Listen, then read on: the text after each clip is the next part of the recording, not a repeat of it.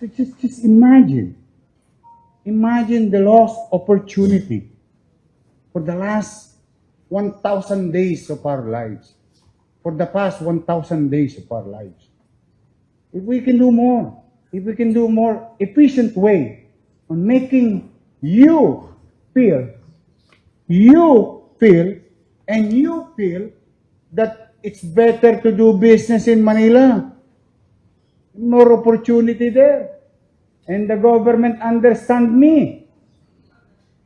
The government gives me value. It's our message. You do business in Manila, no harm will come to you. No abuse by our people. Alam mo yung inspection?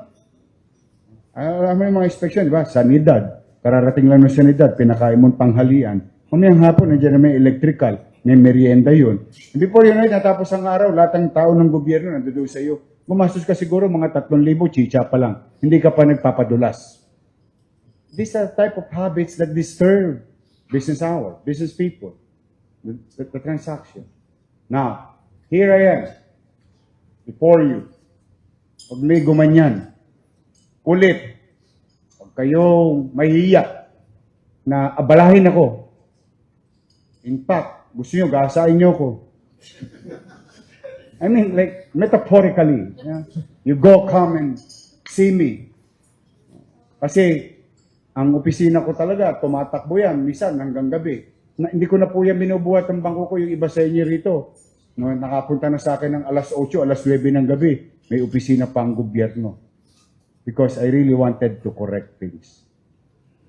I cannot give you perfect government.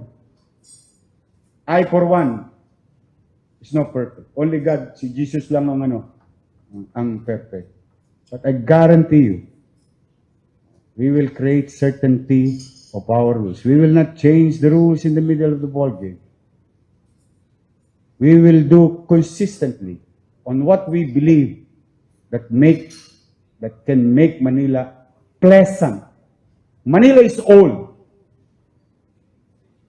but it's a lot of story and history. Ang setback namin, luma kami.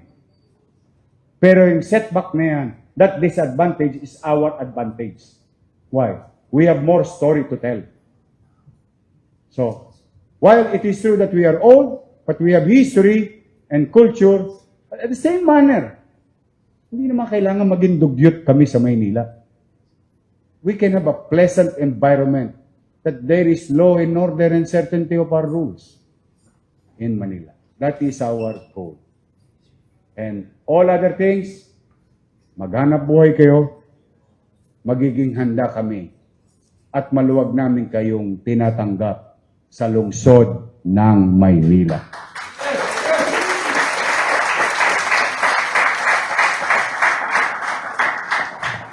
And bago mahuli ang lahat, I think I need to update you. Malapit na po tayong matapos sa garbage crisis in the city of Manila. When I say crisis, these are the mountainous garbage that you saw already. Wala na po tayo sa highway. Wala na po tayo sa avenida. Nasa iskinita na po tayo ngayon.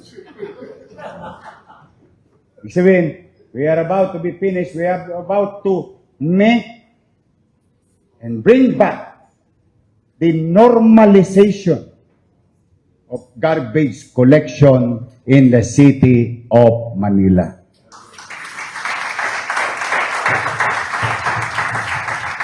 Kaya malapit na yan. Ang pakiusap ko lang, ako naman makikisuyo. May mga bago akong pinatutupad. At yung isa, effective na. We saw how effective it is. The hours, timeline, a particular geography, you will be told by your barangay official on when to bring out your trashes. Ayan, meron yun. 380 plus already were informed and seminar and guided by the city government. We still about 500 barangays to go to educate and to tell them to synchronize the garbage operation collection in the city of Manila. Ito lamang naman ang pakiusap ko. Huwag niyo munang ilabas pag wala pa yung oras ninyo. Even in the negosyo. Pero ang garantiya ko naman, hindi ko naman bubulukin yan sa loob ng bahay ninyo. Hindi katulad nung dati. In fact, hindi ko alam kung may mga kamag-anak kayo sa negosyo sa Elcano, Santo Cristo, Tabora, Ilaya, Carmen Planas, Asuncion, MD Santos. Because recto is non-negotiable. Doon, ibinalik ko yung mga manininda para makapagana buhay sila. We apply the live and let live principle. But there is government. Hindi sila ang masusunod. Gobyerno ang masusunod kung gusto nila maghanap. Kailangan may madaanan pa rin ng tao. And there are things that are non-negotiable and we cannot tolerate, not a single one can be tolerated.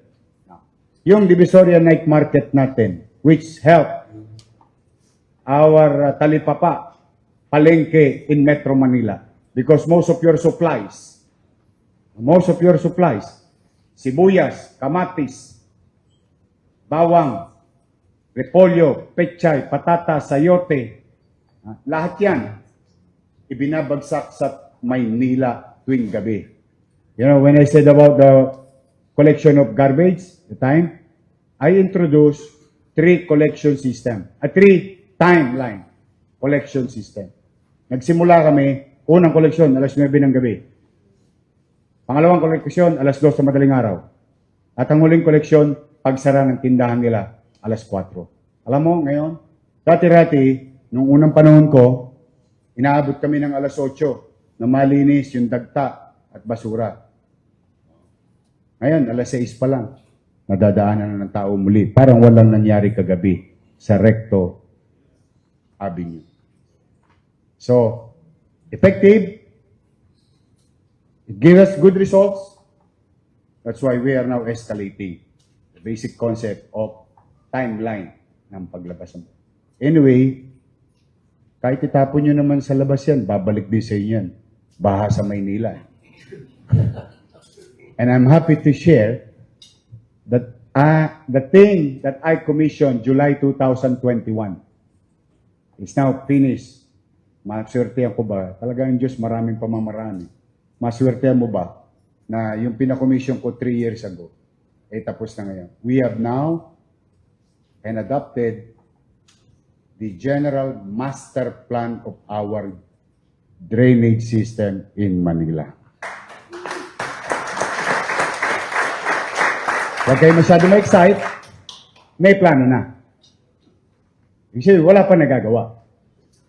No? But the thing is, when we are now or about to spend every single cent of the city government's resources, the PWH resources, MMDA resources, it will now be on the basis of a plan. Kasi po, ang tubo, share ko lang ng kaunti yung tubo ng mga pinaggagawa ng mga ahensya kasama ang lungsod ng Maynila, hindi po nagpang-uusap. Kaya nabubuslo o napupunta sa drainage, literally, yung resources ng gobyerno. But at least now, for future, not only sa akin magsimula, but